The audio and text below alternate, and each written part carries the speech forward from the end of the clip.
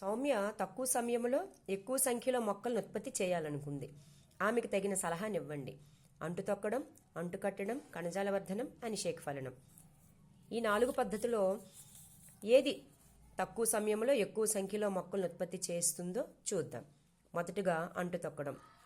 ఈ విధానంలో ఒక మొక్క యొక్క ఒక కొమ్మని తీసుకొని ఒక కణుపు ఉండేటట్లుగా కొమ్మని ఎంచుకోవాలి. అందులో కాండం యొక్క కొంత భాగం నేలలో పాతిపెట్టి కొంత భాగం వాయుగతంగా ఉండనివ్వాలి. ఆ పాతిపెట్టిన భాగంలో మన్నుతో కప్పాలి. కొంతకాలానికి అక్కడి నుంచి వేళ్ళు ఉత్పత్తి అవుతాయి. ఈ పద్ధతికి కొంత సమయం తీసుకుంటుంది. రెండవది అంటు కట్టడం.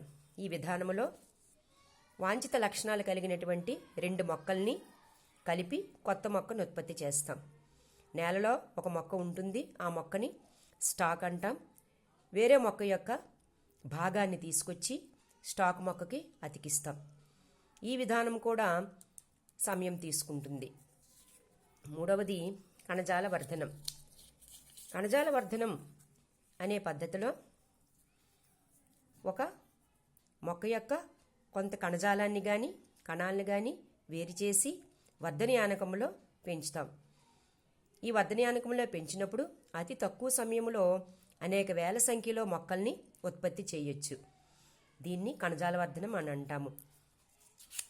చివరిగా అనిషేక ఫలనం. ఈ మధ్యకాలంలో ఎక్కువగా మనం వింటుంటాం విత్తనరహిత ఫలాలు, ద్రాక్ష, వాటర్ మిలాన్, వీటన్నిటిలో కూడా మనం చూస్తున్నాం. ఈ విధానంలో ఏం చేస్తారంటే లైంగిక ప్రత్యుత్పత్తిని అలైంగిక ప్రత్యుత్పత్తి పద్ధతిలోకి మార్చబడి విత్తనరహిత ఫలాల్ని తయారు చేస్తున్నారు. దీన్ని అనిషేక ఫలనం అని అంటాము. ఇప్పుడు చెప్పండి, సౌమ్య అతి తక్కువ సమయంలో ఎక్కువ సంఖ్యలో మొక్కల్ని ఉత్పత్తి చేయాలనుకుంది కదా, ఏ పద్ధతి అవసరం? అతి తక్కువ సమయంలో ఎక్కువ మొక్కలను ఉత్పత్తి చేసేది కణజాల వర్ధనం.